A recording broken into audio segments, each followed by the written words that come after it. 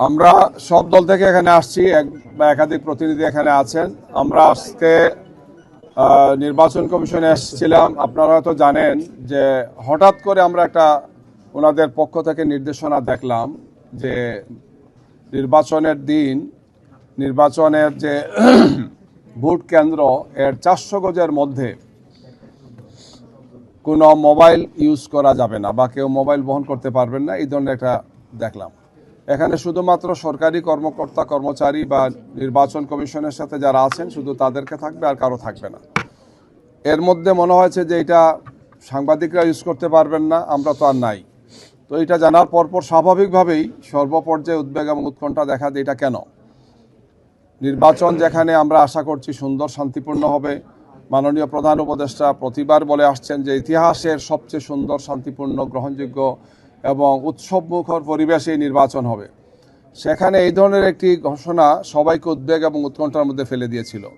আমরা তাৎক্ষণিকভাবে তাদের সাথে এসে কথা বলেছি। ওনারা বলেছেন যে অলরেডি এটা প্রত্যাহার করে নিয়েছেন ওনারা, যে কোনো সময় ওনারা চিঠিটা আপনাদের মাধ্যমে আপনারা জানবেন। আমাদেরকে এই কথাটাই বলেছেন। আমরা বলেছি আমরা এখন উদ্বেগের মধ্যে আছি, ওনারা বলছেন আমরা এটা নিয়ে আলোচনা করেছি, এটা প্রত্যাহার হবে। আমাদেরকে বাধ্য হয়ে এই ব্যাপারে খুব জনগণের চাপের মুখেই এবং দেশবাসীর প্রত্যাশা পূরণের জন্যই আমরা বলেছি যে এক্ষেত্রে যদি এটা প্রত্যাহার না হয় তাহলে আমাদেরকে কঠোর কর্মসূচির দিকে যেতে হবে। তো আমাদেরকে তারা আশ্বস্ত করেছে যে এটা অলরেডি ডান, এই সমস্যা থাকবে না। মোবাইল নিয়ে একজন ব্যক্তি ভোটার তিনি যেতে পারবেন, তবে মোবাইল ব্যবহারের ক্ষেত্রে একটা রেস্ট্রিকশন আছে। ভিতরে যেটা হবে ভোট কেন্দ্রের ভিতরে সেটা একটা নির্দেশনা ওনারা দেবেন। আমরা বলেছি এই বিষয়টিও নির্বাচন কমিশনের পক্ষ থেকে স্পষ্ট হওয়া উচিত। কারণ দেখা যাচ্ছে যে বিভিন্ন সময় ইলেকশন কমিশন বলেন, কিন্তু সেখানে দায়িত্বপ্রাপ্ত কর্মকর্তারা বিভিন্ন বক্তব্য দেন, বিভিন্ন ধরনের ব্যাখ্যা তারা দেন। তো এই ধরনের ভিন্ন এক্সপ্লেনেশনের কারণে বরং সেখানে জটিলতা তৈরি হয়। আমরা চাই না যে নির্বাচনের দিন কোনো অনাকাঙ্ক্ষিত অপ্রত্যাশিত কোনো ঘটনা সেখানে ঘটুক। আমরা আরেকটি বিষয় তাদের দৃষ্টি আকর্ষণ করেছি যে বিএনসিসি, প্রতি ইলেকশনে বিএনসিসিকে দায়িত্ব দেওয়া হয়। তারা সহকারী বা সহযোগী ফোর্স হিসেবে তারা কাজ করেন, যেহেতু তারা ট্রেন 2 বছরের ট্রেন এখানে যারা কাজ করেন বা যারা এখানে দায়িত্ব পালন করেন। তো ওনারা বলেছেন যে এই ব্যাপারে আরপিওতে কিছু বিধিবদ্ধ কিছু বিষয় আছে, তারপরেও চূড়ান্তভাবে ওনারা না করেন নাই।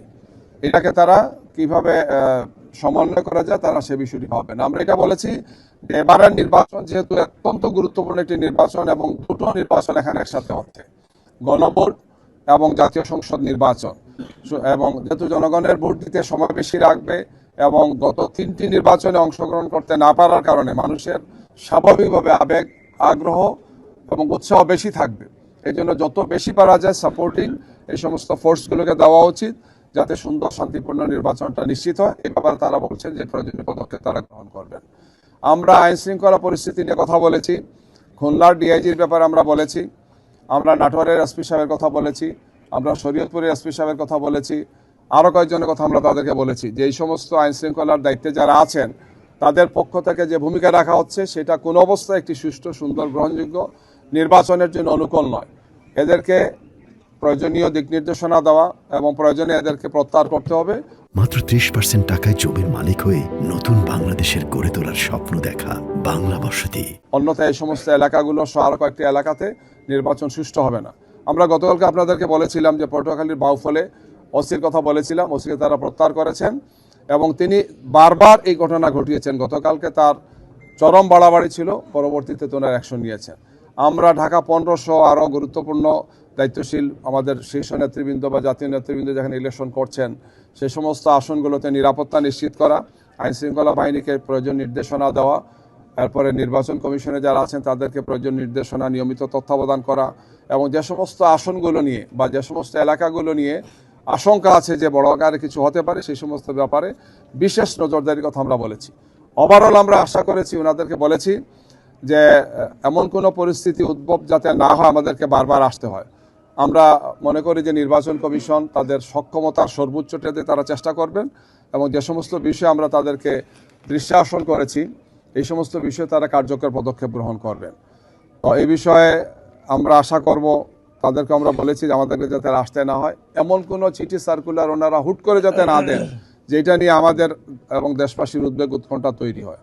আমরা সাংবাদিক বন্ধুদের জন্য বলেছি যে তাদের জন্য প্রয়োজনীয় পাস দেওয়া, তাদেরকে সহযোগিতা করা, কাজ করতে তারা যাতে স্মুথলি কাজ করতে পারেন এই ব্যাপারে প্রয়োজনীয় সহযোগিতা, দিক নির্দেশনা এবং কার্যকর সমস্ত সহযোগিতা যাতে করেন।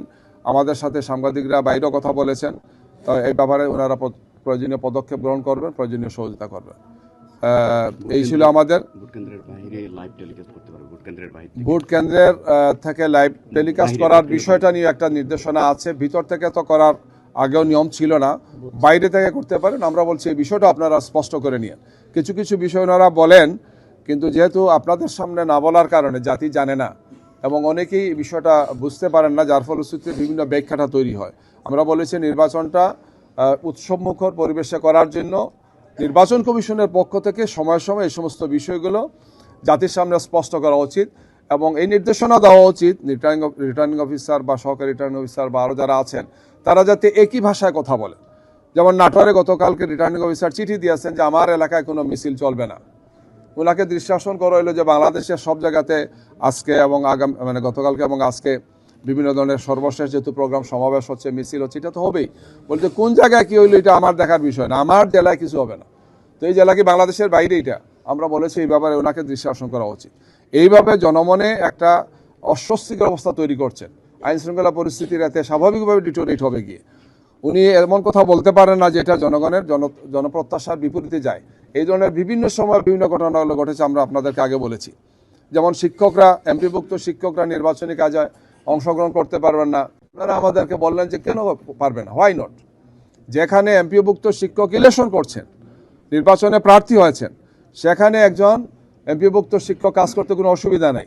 যদি তিনি নির্বাচনের কাজে সম্পৃক্ত না থাকেন তাহলে তিনি করতেই পারেন। আমি বললাম এটা তো অলরেডি ব্যাখ্যা দেওয়া হচ্ছে।